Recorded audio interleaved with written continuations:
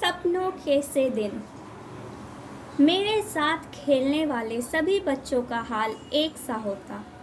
नंगे पाँव, फटी मैली सी कच्छी और टूटे बटनों वाले कई जगह से फटे कुर्ते और बिखरे बाल।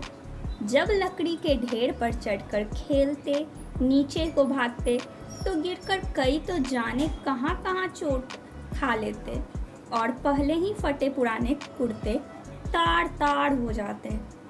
धूल भरे कई जगह से छिले पाँव, पिंडलियाँ या लहू के ऊपर जमी रेत मिट्टी से लथपथ घुटने लेकर जाते तो सभी की माँ बहनें उन पर तरस खाने की जगह और पिटाई करती। कईयों के तो बाप बड़े गुस्सैल थे, पीटने लगते तो यह ध्यान भी न रखते कि छोटे बच्चे के नाक मुंह से खून बहने लगा है या उसके कहाँ चोट लगी है। परंतु इतनी बुरी पिटाई होने पर भी दूसरे दिन फिर खेलने चले आते। यह बात तब ठीक से समझ आई जब स्कूल अध्यापक बनने के लिए एक ट्रेनिंग करने गया और वहाँ बाल मनोविज्ञान का विषय पढ़ा। ऐसी बातों के बारे में तभी जान पाया कि बच्चों को खेलना क्यों इतना अच्छा लगता है कि बुरी तरह पिटाई होने पर भी खेलने चले आते हैं। मेरे साथ खेलने वाले अधिकतर साथी हमारे जैसे ही परिवारों के हुआ करते। सारे मोहल्ले में बहुत परिवार तो हमारी तरह आसपास के गांव से ही आकर बसे थे। 2-3 घर साथ की उजड़ी सी गली में रहने वाले लोगों के थे। हमारी सभी की आदतें भी कुछ मिलती जुलती थीं। उनमें से अधिक तो स्कूल जाते ही न थे, जो कभी गए भी पढ़ाई में रुचि न होने के कारण किसी दिन बस्ता तालाब में फेंक आए और फिर स्कूल गए ही नहीं माँ बाप ने ज़बरदस्ती भेजा। यहाँ तक कि परचूनिए आढ़तिए भी अपने बच्चों को स्कूल भेजना जरूरी न समझते। कभी किसी स्कूल अध्यापक से बात होती तो कहते, मास्टर जी हमने इसे क्या तहसीलदार लगवाना है, थोड़ा बड़ा हो जाए तो पंडित घनश्याम दास से लंडे पढ़वाकर दुकान पर बहियां लिखने लगा लेंगे। पंडित 6-8 महीने में लंडे और मुनीमी का सभी काम सिखा देगा। वहाँ तो अभी तक अलीफ बे जिम च भी सीख नहीं पाए। हमारे आधे से अधिक साथी राजस्थान या हरियाणा से आकर मंडी में व्यापार या दुकानदारी करने आए परिवारों से थे। जब बहुत छोटे थे तो उनकी बोली कम समझ पाते। उनके शब्द कुछ सुनकर हमें हंसी आने लगती, परंतु खेलते तो सभी एक दूसरे की बात खूब अच्छी तरह समझ लेते। पता भी नहीं चलता कि लोकोक्ति अनुसार खेड़न दे दिन 4 कैसे कब बीत गए। हम में से कोई भी ऐसा न था जो स्कूल के कमरे में बैठकर पढ़ने को कैद न समझता हो। कुछ अपने माँ बाप के साथ जैसा भी था काम कराने लगे। बचपन में घास अधिक हरी और फूलों की सुगंध अधिक मनमोहक लगती है। यह शब्द शायद आधी सदी पहले किसी पुस्तक में पढ़े थे, परंतु आज तक याद है। याद रहने का कारण यही है कि यह वाक्य बचपन की भावनाओं सोच समझ के अनुकूल होगा। परंतु स्कूल के अंदर जाने से रास्ते के दोनों ओर जो अलियाड़ के बड़े ढंग से कटे छांटे झाड़ उगे थे, जिन्हें हम डंडियाँ कहा करते, उनके नीम के पत्तों जैसी पत्तों की महक आज तक भी आंख मूंद कर महसूस कर सकता हूँ। उन दिनों स्कूल की छोटी क्यारियों में फूल भी कई तरह के उगाए जाते थे, जिनमें गुलाब, गेंदा और मोतियों की दूध सी सफ़ेद कलियां भी हुआ करती। ये कलियां इतनी सुंदर और खुशबूदार होती थीं कि हम चंदू चपरासी से आँख बचाकर कभी कभार 1-2 तोड़ लिया करते। उनकी बहुत तेज सुगंध आज भी महसूस कर पाता हूँ, परंतु यह याद नहीं कि उन्हें तोड़कर कुछ देर सूंघकर फिर क्या किया करते। शायद जेब में डाल लेते, माँ उसे धोने के समय निकाल कर बाहर फेंक देती, या हम ही स्कूल से बाहर आते उन्हें बकरी के मेमनों की भांति चढ़ जाया करते। जब अगली श्रेणी में दाखिल होते तो एक ओर तो कुछ बड़े सयाने होने के एहसास से उत्साहित भी होते, परंतु दूसरी ओर नई पुरानी कॉपियों किताबों से जाने कैसी बास आती थी कि उन्हीं मास्टरों के डर से कांपने लगते जो पिछली श्रेणी में पढ़ा चुके होते। तब स्कूल में शुरू साल में 1-1.5 महीना पढ़ाई हुआ करती, फिर 1.5-2 महीने की छुट्टियां शुरू हो जाया करती। अब तक जो बात अच्छी तरह याद है वह छुट्टियों के पहले और आखिरी दिनों का फर्क था। पहले 2-3 सप्ताह तो खूब खेल कूद हुआ करती। हर साल ही माँ के साथ ननिहाल चले जाते। वहाँ नानी खूब दूध दही मक्खन खिलाती, बहुत प्यार करती। छोटा सा पिछड़ा गांव था, परंतु तालाब हमारी मंडी के तालाब जितना ही बड़ा था। दोपहर तक तो उस तालाब में नहाते, फिर नानी से जो जी में आता मांग कर खाने लगते।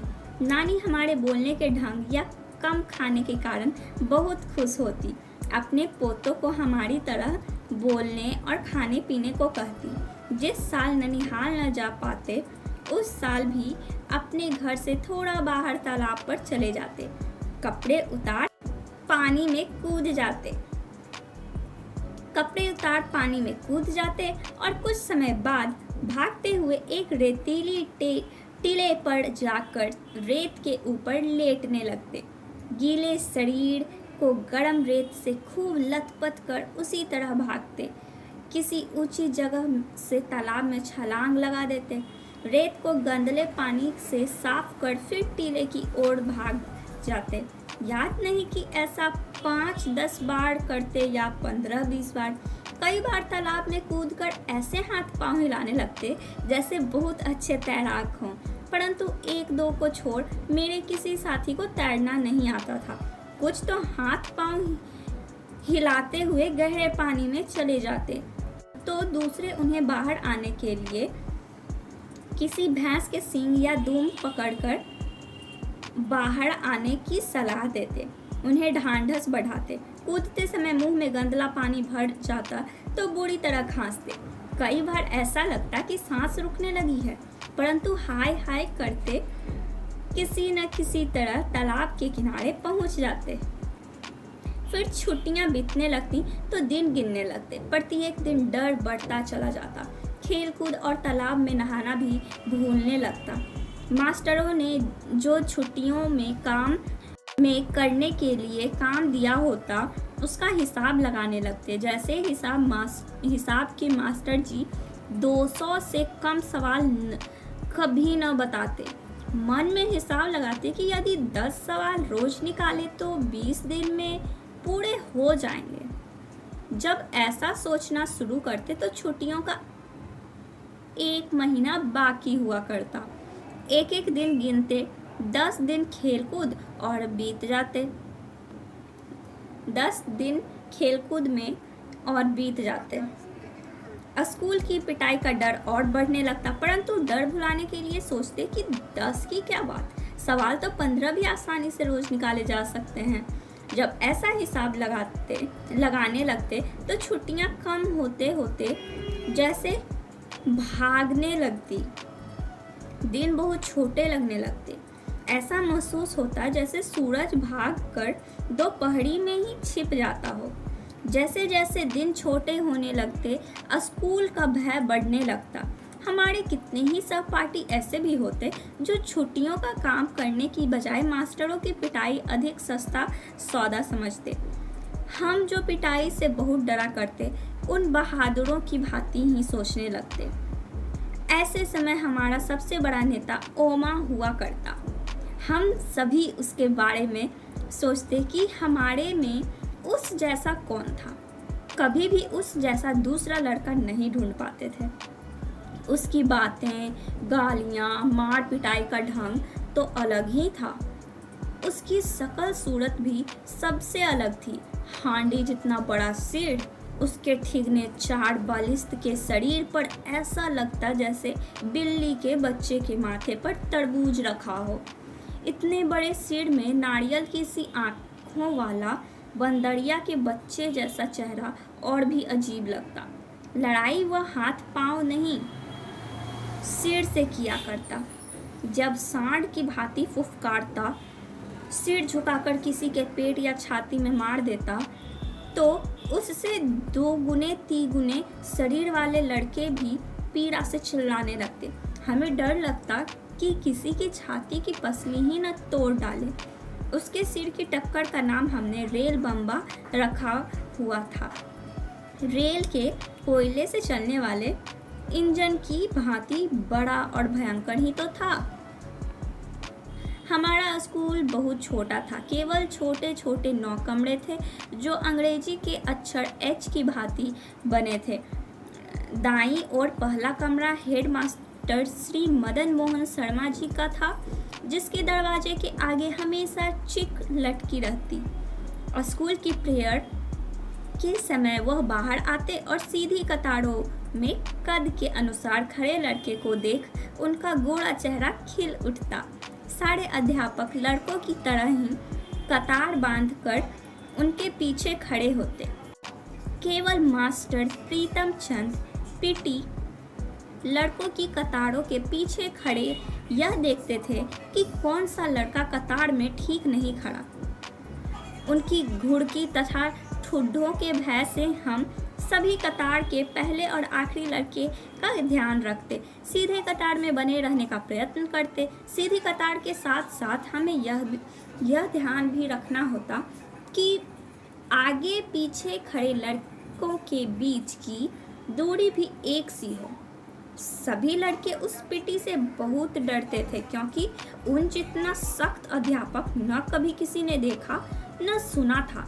यदि कोई लड़का अपना सिर भी इधर उधर हिला लेता या पांव से दूसरी पिंडली खुजलाने लगता, तो वह उसकी ओर बाघ की तरह झपट पड़ते और खाल खींचने के मुहावरे को प्रत्यक्ष करके दिखा देते। परंतु हेडमास्टर शर्मा जी उससे बिल्कुल उलट स्वभाव के थे। वह 5वीं और 8वीं श्रेणी को अंग्रेजी स्वयं पढ़ाया करते थे। हमारे में से किसी को भी याद न था कि 5वीं श्रेणी में कभी भी उन्होंने किसी गलती के कारण किसी की चमड़ी उधेड़ते देखा या सुना हो। चमड़ी उधेड़ना हमारे लिए बिल्कुल ऐसा शब्द था जैसे हमारे सरकारी मिडिल स्कूल का नाम। अधिक से अधिक वह गुस्से में बहुत जल्दी आंखें झपकाते, अपने लंबे हाथ की उल्टी उंगलियों से एक चपत हमारी गाल पर मार देते, तो मेरे जैसे सबसे कमजोर शरीर वाले भी सिर झुकाकर मुंह नीचा किए हंस देते। वह चपत तो जैसे हमें भाई भीखे की नमकीन पापड़ी जैसी मज़ेदार लगती, जो तब पैसे की शायद 2 आ जाया करती थी। परंतु तब भी स्कूल हमारे लिए ऐसी जगह न थी जहां खुशी से भागे जाएं। पहली कच्ची श्रेणी से लेकर 4थी श्रेणी तक केवल 5-7 लड़कों को छोड़ हम सभी रोते चिल्लाते ही स्कूल जाया करते। परंतु कभी कभी ऐसी सभी स्थितियों के रहते स्कूल अच्छा भी लगने लगता, जब स्काउटिंग का अभ्यास करवाते समय पीटी साहब नीली पीली झंडियां हाथों में पकड़ाकर 1 2 3 कहते। झंडियां ऊपर नीचे दाएं बाएं करवाते तो हवा में लहराती और फड़फड़ाती झंडियों के साथ खाकी वर्दियों तथा गले में 2 रंगे रुमाल लटकाए अभ्यास किया करते। हम कोई गलती न करते तो वह अपनी चमकीली आंखें हल्के से झपकाते, कहते शाबाश, वेल बिगिन अगेन, 1 2 3 3 2 1। उनकी एक शाबाश ऐसे लगने लगती जैसे हमने किसी फौज के सभी तमगे जीत लिए हों। कभी यही एक शाबाश सभी मास्टरों की ओर से हमारी सभी कॉपियों पर साल भर की लिखी गुडों मीन्स गुड का बहुवचन से अधिक मूल्यवान लगने लगती। कभी ऐसा भी लगता कि कई साल की सख्त मेहनत से प्राप्त की पढ़ाई से भी पीटी साहब के डिसिप्लिन में रहकर प्राप्त की गुडविल बहुत बड़ी थी। परंतु यह भी एहसास रहता कि जैसे गुरुद्वारे का भाई जी कथा करते समय बताया करता कि सती गुड़ के भय से ही प्रेम जागता है, ऐसे ही पीटी साहब के प्रति हमारी प्रेम की भावना जग जाती। यह ऐसा भी है कि आपको रोज फटकारने वाला कोई अपना यदि साल भर के बाद एक बार शाबाश कह दे तो यह चमत्कार सा लगने लगता है। हमारी दशा भी कुछ ऐसी ही हुआ करती। हर वर्ष अगली श्रेणी में प्रवेश करते समय मुझे पुरानी पुस्तकें मिला करती। हमारे हेड मास्टर शर्मा जी के एक लड़के को उसके घर जाकर पढ़ाया करते थे। वे धनाढ़ लोग थे। उनका लड़का मुझसे 1-2 साल बड़ा होने के कारण मेरे से एक श्रेणी आगे रहा। हर साल अप्रैल में जब पढ़ाई का नया साल आरंभ होता तो शर्मा जी उसकी 1 साल पुरानी पुस्तकें ले आते। हमारे घर में किसी को भी पढ़ाई में दिलचस्पी न थी। यदि नई किताबें लानी पड़ती जो तब 1-2 रुपए में आ जाया करती तो शायद इसी बहाने पढ़ाई तीसरी-चौथी श्रेणी में ही छूट जाती। कोई 7 साल स्कूल में रहा तो एक कारण पुरानी किताबें मिल जाना भी था। कॉपियों, पेंसिलों, होल्डर या स्याही दावत में भी मुश्किल से 1-2 रुपए साल भर में खर्च हुआ करते, परंतु उस जमाने में 1 रुपया भी बहुत बड़ी रकम हुआ करती थी। 1 रुपये में 1 सेर घी आया करता था और 2 रुपये में 1 मन मतलब 40 सेर गंदम। इसी कारण खाते पीते घरों के लड़के ही स्कूल जाया करते। हमारे 2 परिवार में मैं पहला लड़का था जो स्कूल जाने लगा था, परंतु किसी भी नई श्रेणी में जाने का ऐसा चाव कभी भी महसूस नहीं हुआ जिसका जिक्र कुछ लड़के किया करते। अजीब बात थी कि मुझे नई कॉपियों और पुरानी पुस्तकों में से ऐसी गंध आने लगती कि मन बहुत उदास होने लगता। इसका ठीक कारण तो कभी समझ में नहीं आया, परंतु जितनी भी मनोविज्ञान की जानकारी है, इस अरुचि का कारण यही समझ में आया कि आगे की श्रेणी की कुछ मुश्किल पढ़ाई और नए मास्टरों की मारपीट का भय ही कहीं भीतर जमकर बैठ गया था। सभी तो नए न होते थे, परंतु 2-3 हर साल ही वह होते जो कि छोटी श्रेणी में नहीं पढ़ाते थे। कुछ ऐसी भी भावना थी कि अधिक अध्यापक एक साल में ऐसी अपेक्षा करने लगते कि जैसे हम हड़फन मौला हो गए हों। यदि उनकी आशाओं पर पूरे नहीं हो पाते तो कुछ तो जैसे चमड़ी उधेड़ देने को तैयार रहते। इन्हीं कुछ कारणों से केवल किताबों कॉपियों की गंध से ही नहीं, बाहर के बड़े गेट से 10-15 गज दूर स्कूल के कमरे तक रास्ते के दोनों ओर जो अलियार के झाड़ उगे थे उनकी गंध भी मन उदास कर दिया करती। परंतु स्कूल 1-2 कारणों से अच्छा भी लगने लगा था। मास्टर प्रीतम चंद जब हम स्काउटों को परेड करवाते तो लेफ्ट राइट की आवाज़ या मुंह में ली विसल से मार्च कराया करते। फिर राइट टर्न या लेफ्ट टर्न या अबाउट टर्न कहने पर छोटे छोटे बूटों की एड़ियों पर दाएं बाएं या कदम पीछे मुड़कर बूटों की ठक ठक करते। अकड़ कर चलते तो लगता जैसे हम विद्यार्थी नहीं बहुत महत्वपूर्ण आदमी हों। फौजी जवान। दूसरे विश्व युद्ध का समय था, परंतु हमारी नाभा रियासत का राजा अंग्रेजों ने 1923 में गिरफ्तार कर लिया था और तमिलनाडु में कोडा एक के नाल में ही जंग शुरू होने से पहले उसका देहांत हो गया था। उस राजा का बेटा कहते थे अभी विलायत में पढ़ रहा था, इसलिए हमारे देश रियासत में भी अंग्रेजी की ही चलती थी। फिर भी राजा के न रहते अंग्रेज हमारी रियासत के गांवों से जबरन भर्ती नहीं कर पाया था। लोगों को फौज में भर्ती करने के लिए जब कुछ अफसर आते तो उनके साथ कुछ नौटंकी वाले भी हुआ करते। वे रात को खुले मैदान में सामियाने लगाकर लोगों को फौज के सुख आराम बहादुरी के दृश्य दिखाकर आकर्षित किया करते। उनका एक गाना भी अभी भी याद है। कुछ खड़े अजीब सी वर्दियाँ पहने और अच्छे बड़े फौजी बूट पहने गाया करते। भर्ती हो जा रे रंग रूट, भर्ती हो जा रे अठे मिले सैस टूटे लीतर, उठे मिलेंदे बूट, भर्ती हो जा रे रंग रूट, अठे पहन से फटे पुराने, उठे मिलेंगे सूट, भर्ती हो जा रे रंग रूट। इन्हीं बातों से आकर्षित हो कुछ नौजवान भर्ती के लिए तैयार हो जाया करते।